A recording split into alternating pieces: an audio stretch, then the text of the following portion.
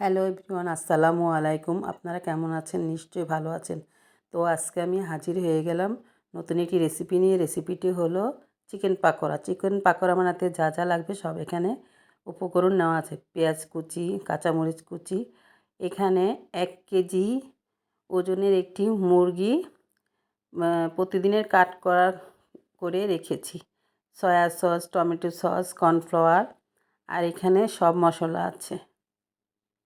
এই তো আমি প্রথমে একটা বাটিতে 1 কেজি ওজনের মুরগির মাংস আগে থেকে কেটে রেখেছিলাম পিস পিস করে, ছোট ছোট করে, ওটা দিয়ে দিলাম। এখন আমি পেঁয়াজ কুচিগুলো দিয়ে দিচ্ছি, আর কাঁচামরিচ কুচিও দিয়ে দিলাম। এখানে মরিচের গুঁড়ো, হলুদের গুঁড়ো, জিরার গুঁড়ো, ধনিয়ার গুঁড়ো, লবণ, তারা মশলা, এগুলো সব কিছু একসাথে নিয়েছিলাম। এগুলো সব একসাথে দিয়ে দিয়েছি।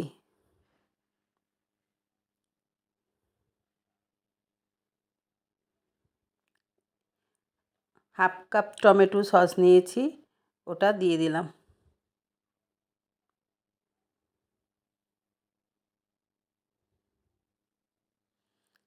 এখন 2 চামচের মতো সয়া সস দিয়ে দিচ্ছি।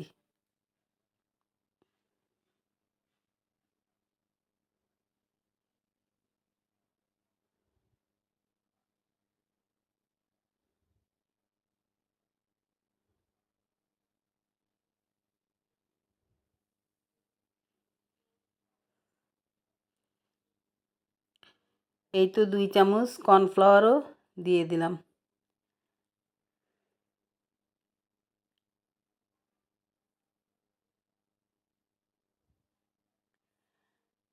এখন আস্তে আস্তে করে সবগুলো উপকরণ একসাথে করে ম্যারিনেট করে নিয়েছি, আর একটা ডিম ভেঙেও দিয়ে দিয়েছি, কিন্তু তখন আমার মনে ছিল না বলতে। সবগুলো উপকরণ একসাথে ভালো করে ম্যারিনেট করে নিতে হবে, না হলে চিকেন পাকোড়াটা ভালো হবে না। এই তো দেখতেই তো পাচ্ছেন, সুন্দর করে আস্তে আস্তে করে উপর থেকে নিচে, নিচে থেকে উপরে, এইভাবে মশলাটা যেন ভিতরে চলে যায়, এইভাবে ম্যারিনেট করতে হবে।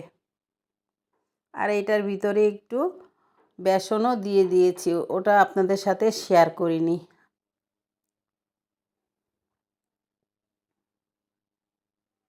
চিকেন পাকোড়াটা খেতে খুব মজা হয়, ভালো লাগে। তো আমি অনেক দিন আপনাদের সাথে কোনো ভিডিও শেয়ার করতে পারিনি। আমার হাজব্যান্ডের শরীর একটু অসুস্থ ছিল। আপনাদের দোয়ায় এখন আমার হাজব্যান্ডের শরীর ভালো হয়েছে, তাই আমি এই চিকেন পাকোড়াটা আপনাদের সাথে শেয়ার করলাম।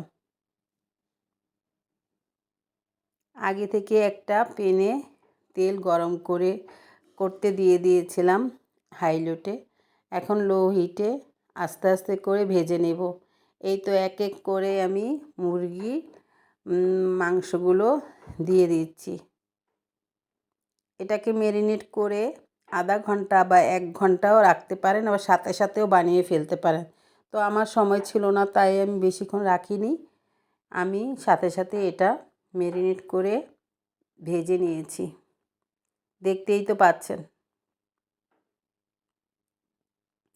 দর্শক, আমার এই চিকেন পাকোড়া রেসিপিটা যদি আপনাদের ভালো লেগে থাকে, তাহলে অবশ্যই অবশ্যই একটা লাইক দিয়ে দেখা শুরু করবেন এবং কমেন্টস করে জানাবেন চিকেন পাকোড়াটা কেমন হয়েছে।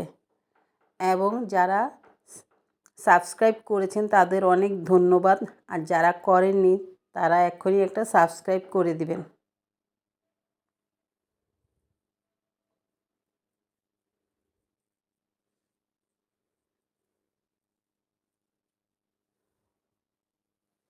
দেখতেই তো পাচ্ছেন এখন কি সুন্দর কালার চলে এসেছে। এটা খুব সুন্দর করে আস্তে আস্তে করে ভাজতে হবে, নতুবা পুড়ে যাওয়ার সম্ভাবনা থাকে। উপর দিয়ে পুড়ে যায়, ভিতর দিয়ে ভালোভাবে ভাজা হয় না, ভালোভাবে সিদ্ধ হয় না। এই তো আমি এখন উল্টিয়ে পাল্টিয়ে ভেজে নিচ্ছি, কি সুন্দর কালার চলে আসছে, দেখতেই তো পাচ্ছেন। বাচ্চারা এইভাবে বিকেলে যদি আপনারা বানিয়ে খাওয়ান তাহলে ওদের একটা নাস্তা হয়ে যায়। বড়রা এইভাবে করে বিকেলের দিকে খেতে পারেন। আপনারা বাসায় ট্রাই করে দেখতে পারেন। খুব একটা লোভনীয় খাবার।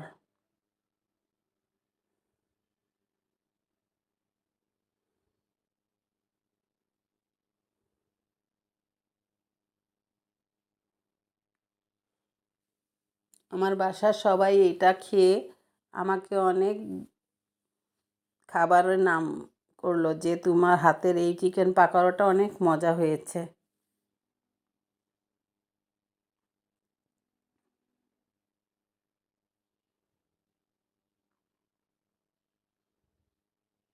এখন আমি তেল ঝরিয়ে আমি উঠিয়ে নিব। চিকেন পাকোড়াটা ভাজা হয়ে গেছে, দেখতেই তো পাচ্ছেন।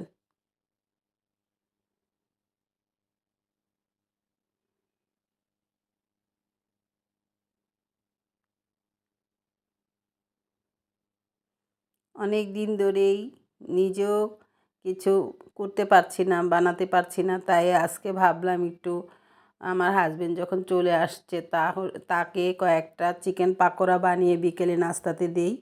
বাচ্চারাও খাবে, সাথে আমার হাজবেন্ডও খাবে, ভালোই লাগবে। এজন্য এই চিকেন পাকোড়াটা বানিয়ে আপনাদের সাথে শেয়ার করলাম। এই তো আমার চিকেন পাকোড়াগুলো হয়ে গেছে।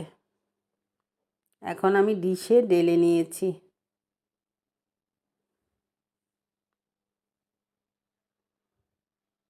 এখন আমি একটা চিকেন পাকোড়া ভেঙে দেখিয়ে দিচ্ছি ভিতরটা কি স্মুথ হয়েছে। আল্লাহ হাফেজ।